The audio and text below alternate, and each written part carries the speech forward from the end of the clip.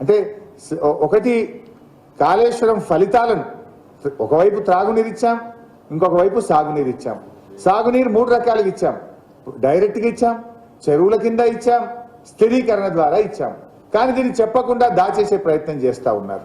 కాళేశ్వరం అంటే ఒక మేడిగడ్డ మాత్రమే అన్నట్టు మొత్తం కాళేశ్వరం పోయింది అనేటువంటి ఒక దుష్ప్రచారానికి, ఏదో పార్లమెంట్ ఎన్నికలను దృష్టిలో పెట్టుకొని దుష్ప్రచారానికి పాల్పడతా ఉన్నారు. గతంలో ఇటువంటి సంఘటన ఏది జరగనే లేదు ఈ రాష్ట్రంలో అని, ఈ దేశంలోనే ఇది జరగనటువంటి జరిగిందని ఒక చెప్పేటువంటి ప్రయత్నము చేస్తూ ఉన్నారు. సో ఇవన్నీ విషయాలు ప్రజలకు తెలవాల్సిన అవసరం ఉంది. ఫైనల్గా కూడా మేము చేసే అప్పీల్ ఏంటంటే, దయచేసి పునరుద్ధరణ చర్యలు వెంటనే చేపట్టండి, నిపుణుల సహాయం తీసుకోండి. ఇంకోటి, ఏ ఎంక్వైరీ అయినా వేయండి, తప్పు చేసిన వారి మీద చర్య తీసుకోండి. అది నేను శాసనసభలోనే డిమాండ్ చేసిన. దానికి మేమేం భయపడేది లేదు. తప్పు చేయనప్పుడు మాకు ఎటువంటి భయం లేదు, ఎందుకంటే మేము తప్పు చేయలేదు. ఏదైనా టెక్నికల్గా సాంకేతికంగా సమస్య ఏందో తెలుసుకునే ప్రయత్నం చేయండి. ఇప్పుడు దాదాపు 2 నెలలు దాటి 3 నెలలకు వచ్చింది, ఇంకా మీరు కోడిగుడ్డు మీద ఈకలు బిక్కుంటా బురద చల్లుకుంటూనే ఉంటారా? ఇది వర్కింగ్ సీజన్ కదా.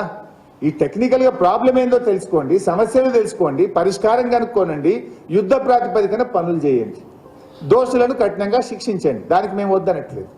కానీ మీరు ఎంతసేపు ఏం చేయాలో ముందుకు పోకుండా అదేదో సినిమా చూపించినట్టుగా చూపించండి. మరి మొత్తం చూపించింది.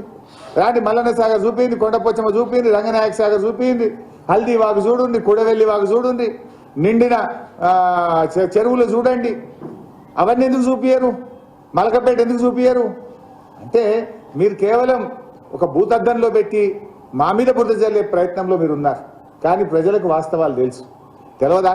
ఇలా మెదక్ జిల్లాలో కాళేశ్వరం ఫలితం అందుకున్న దుబ్బాక, సిద్దిపేట, గజ్వేల్, నర్సాపూర్, మెదక్ ఆ జిల్లా రైతులకు తెలియదా? సిరిసిల్ల రైతులకు తెలియదా? అదేవిధంగా మరి ఆ కోదాడ, సూర్యాపేట, మరి అదేవిధంగా తుంగతుర్తి, నర్సంపేట, డోర్నకల్లు, మరి మహబూబాదు, పాలకుర్తి, కేసముద్రం ఆ రైతులకు తెలియదా? గతంలో ఎందుకు రాలే? కాళేశ్వరం వచ్చినాకనే ఎందుకు నీళ్ళు వచ్చినాయో ఆ రైతులను అడిగితే చెప్పరా? సో ఇవన్నీ వాస్తవాలు ప్రజలకు తెలుసు. మీరు అనవసరంగా మా మీద బురద జల్లడం మాని పరిపాలన మీద దృష్టి పెట్టండి.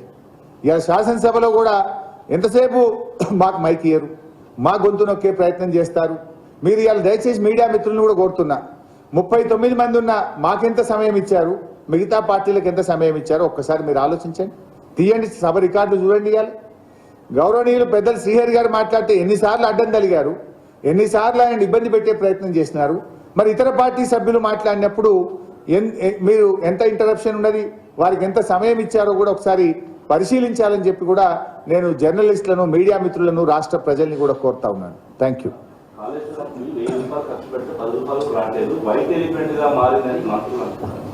ఇప్పటిదాకా అదే చెప్పినా కదా బైసాం. ఇప్పుడు కాళేశ్వరం ఫలితాలు ఏందో చెప్పినా కదా.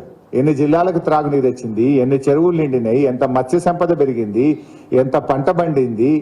గతంలో రాష్ట్రంలో 94 లక్షల మెట్రిక్ టన్నుల వడ్లు పండితే ఇవాళ 3 కోట్ల మెట్రిక్ టన్నుల వడ్లు పండినాయి. మ్యాజిక్ చేస్తానో మంత్రం వేస్తానో పంట పండుతుందా? 3 కోట్ల మెట్రిక్ టన్నుల పంట ఎందుకు పండింది? వాళ్ళకి ఏమైందంటే మా ప్రభుత్వానికి మంచి పేరు వచ్చింది కనుక దాని మీద బురద జల్లాలి, ఏదో ఒక రకంగా మాకు ఒక చెడ్డ పేరు తెచ్చి ప్రజల్లో అనుమానాలు కలిగించేటువంటి ఒక దుష్ప్రచారానికి వాళ్ళు పాల్పడతా ఉన్నారు. బట్ నిజం నిలకడ మీకు తెలుస్తుంది. ఇప్పుడు రేపు నీళ్ళు రాలేదనుకో, ఇప్పుడేమో ఆల్రెడీ మేము రిజర్వాయర్లు నింపి పెట్టినాం కనుక నీళ్ళు ఇప్పుడు యాసంగికి పోతున్నాయి, ఇబ్బంది లేదు. రేపు వచ్చే వానకాలం, వచ్చే యాసంగి నీళ్లు రాలేదనుకో, కేసీఆర్ ఉండగా నీళ్ళు వచ్చినాయి, ఇప్పుడు ఎందుకు వస్తలేవు అని ప్రజలు ఆలోచించారా? Thank you.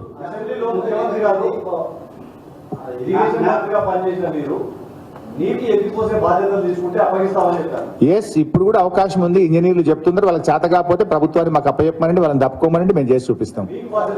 అవునే, దిగుమను రేవంత్ రెడ్డి రాజీనామా చేయమని నేను ఎక్కి చేపిస్తా.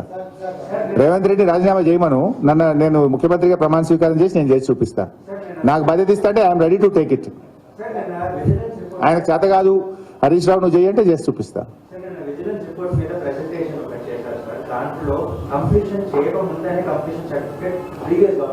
See, then I have to see the report. That's why I am telling you, whatever the action you want to take, you take. Whoever is responsible, you take the action. But రైతుల్ని ఇబ్బంది పెట్టకు, రైతులకు నష్టం కానీయకు, పునరుద్ధరణ చర్యలు చేయండి అంటున్నాం. You are at liberty to take action. మీరు అడిగే 10 ఏళ్ళు నేనే సీఎంగా ఉంటాను, కేసీఆర్ సి బైసాబ్, ఎవరు ఎన్నేళ్ళు ముఖ్యమంత్రి ఉండాలని మనం కాదు నిర్ణయించాల్సింది, రాష్ట్ర ప్రజలు నిర్ణయిస్తారు. ప్రజల నిర్ణయం శిరోధార్యం. ప్రజలు అంతిమంగా న్యాయ నిర్ణేతలు. మీరు ప్రజలకు ఇచ్చిన హామీలు అమలు చేయండి, మేము కోఆపరేట్ చేస్తామని చెప్పినాం కదా. నిన్న నల్లగొండ సభలో కూడా కేసీఆర్ చెప్పారు, 5 ఏళ్ళు మీరే ఉండండి, ప్రజలకు ఇచ్చిన హామీలు అమలు చేయండి అని నల్లగొండ సభలో చెప్పినారు కదా కేసీఆర్ గారు. మీరు బాగా చేస్తే ప్రజలు మీకు మళ్ళీ అవకాశం ఇస్తారు, బాగా చేయకపోతే బయటకేసి కొడతారు మిమ్మల్ని. అంతిమంగా పబ్లిక్ హ్యాస్ టు డిసైడ్. వస్తారబ్బా, ఎందుకు రా, ఆయన ఎందుకు తొందరపడుతున్నాడు? అన్ని చూస్తారు మీరే. రైట్, శాసనసభలో మాట్లాడతారండి.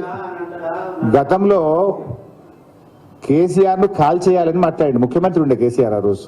ఈయన ప్రతిపక్ష నాయకుడు కాదు, పిసిసి ప్రెసిడెంట్ గా ఉండి ఒక ముఖ్యమంత్రిని పట్టుకొని కాల్చి పారేయాలి అన్నాడు.